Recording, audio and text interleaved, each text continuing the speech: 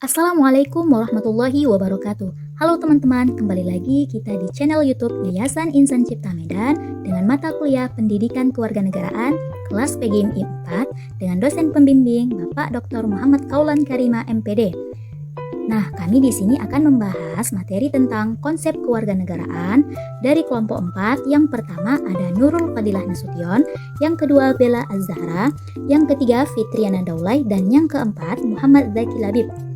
Adapun yang akan dibahas dari konsep kewarganegaraan ialah yang pertama ada asas kewarganegaraan, yang kedua istilah penduduk dan non-penduduk, dan yang ketiga warga negara dan bukan warga negara, yang keempat warga negara Indonesia, dan yang kelima cara memperoleh kewarganegaraan Indonesia, dan yang terakhir ada hak dan kewajiban kewarganegaraan. Kita bahas satu persatu. Yang pertama ada asas kewarganegaraan. Ada 4 asas dari kewarganegaraan yang dianut di Indonesia, diantaranya adalah yang pertama asas ius sanguinis atau love of the blood, yang kedua ada asas ius soli atau love of the soil, dan yang ketiga ada asas kewarganegaraan tunggal, dan yang keempat ada asas kewarganegaraan ganda terbatas.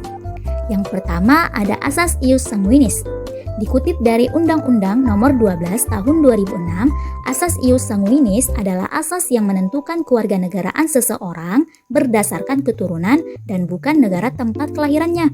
Istilah ius sanguinis berasal dari bahasa Latin, yakni ius berarti hukum atau pedoman, dan sanguinis berasal dari kata sanguis yang artinya darah. Dengan demikian, dapat disimpulkan bahwa asas kewarganegaraan ini ditentukan berdasarkan darah atau keturunan orang yang bersangkutan. Nah, yang kedua ada asas ius soli. Asas ius soli adalah asas yang menentukan kewarganegaraan seseorang berdasarkan negara tempatnya dilahirkan, meski ayah ibunya bukan negara tersebut. Menurut Sayyidul Rahman dan Arif Liansah, istilah ius soli berasal dari bahasa Latin. Ius berarti hukum, dalil, ataupun pedoman, sementara soli berasal dari kata solum, artinya negeri.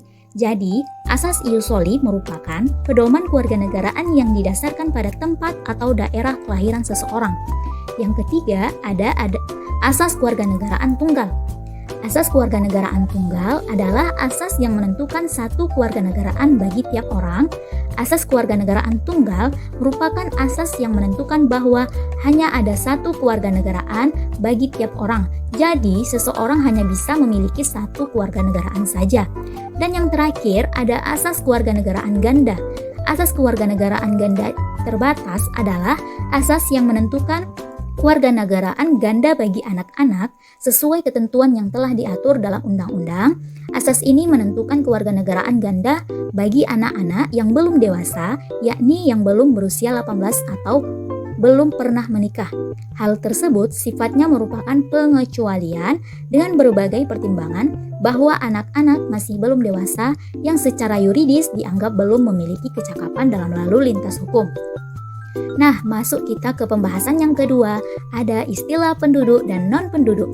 Pengertian penduduk dan bukan penduduk merupakan orang yang tinggal di suatu daerah pada suatu negara.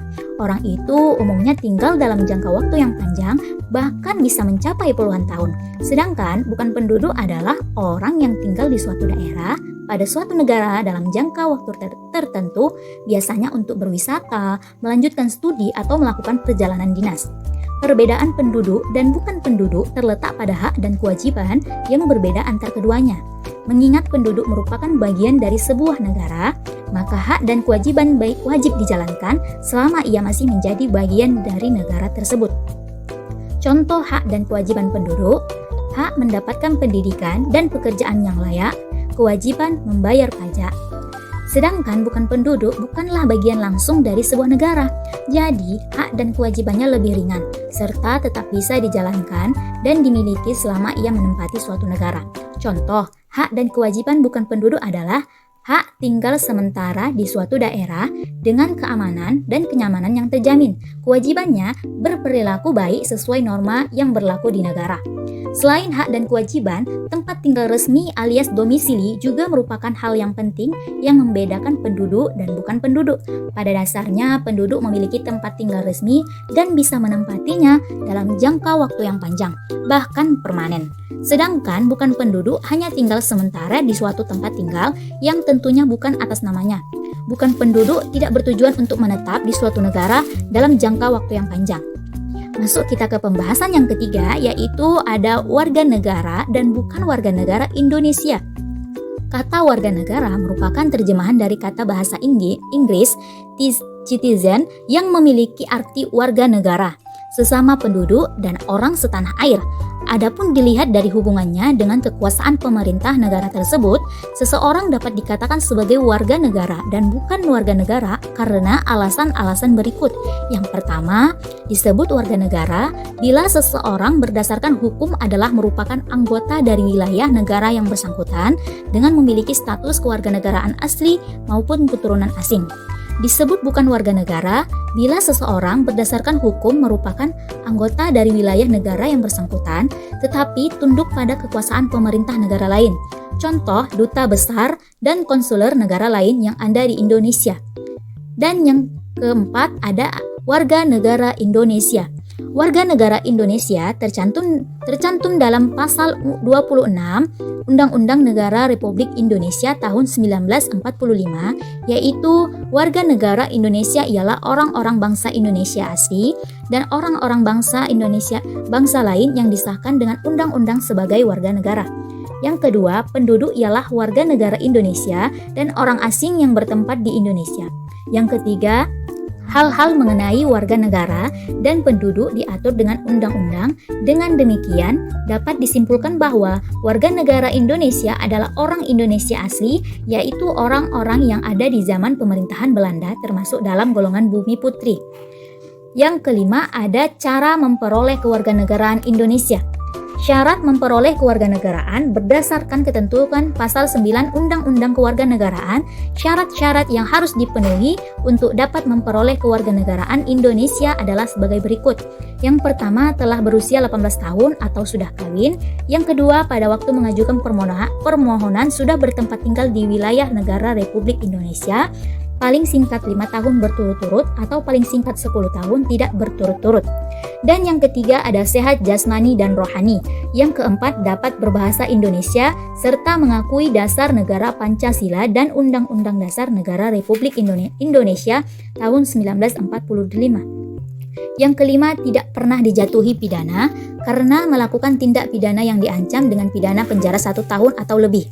Dan yang keenam, jika dengan memperoleh kewarganegaraan Republik Indonesia tidak menjadi berkewarganegaraan ganda. Dan yang ketujuh, memiliki pekerjaan atau bantalan tetap. Dan yang kedelapan, membayar uang kewarganegaraan ke kas negara. Materi yang keenam ada hak dan kewajiban kewarganegaraan. Hak warga negara Indonesia. Hak atas pekerjaan dan penghidupan yang layak. Tiap warga negara berhak atas pekerjaan dan penghidupan layak bagi kemanusiaan, terdapat pada pasal 27 ayat 2. Hak untuk hidup dan mempertahankan kehidupan. Setiap orang berhak untuk hidup serta berhak mempertahankan hidup dan kehidupannya, pasal 28A. Yang ketiga, hak untuk membentuk keluarga dan melanjutkan keturunan melalui perkawinan yang sah, pasal 28B ayat 1. Yang keempat ada hak atas kelangsungan hidup. Setiap anak berhak atas kelangsungan hidup, tumbuh dan berkembang. Dan yang kelima, hak untuk mengembangkan diri dan melalui pemenuhan kebutuhan dasarnya dan berhak mendapat pendidikan, ilmu pengetahuan dan teknologi, seni dan budaya demi meningkatkan kualitas hidupnya demi kesejahteraan hidupnya manusia. Pasal 28C ayat 1. Dan yang ketujuh ada hak untuk kemajuan dirinya dalam memperjuangkan haknya secara kolektif untuk membangun masyarakat bangsa dan negaranya. Pasal 28 ayat 2. Dan lain sebagainya.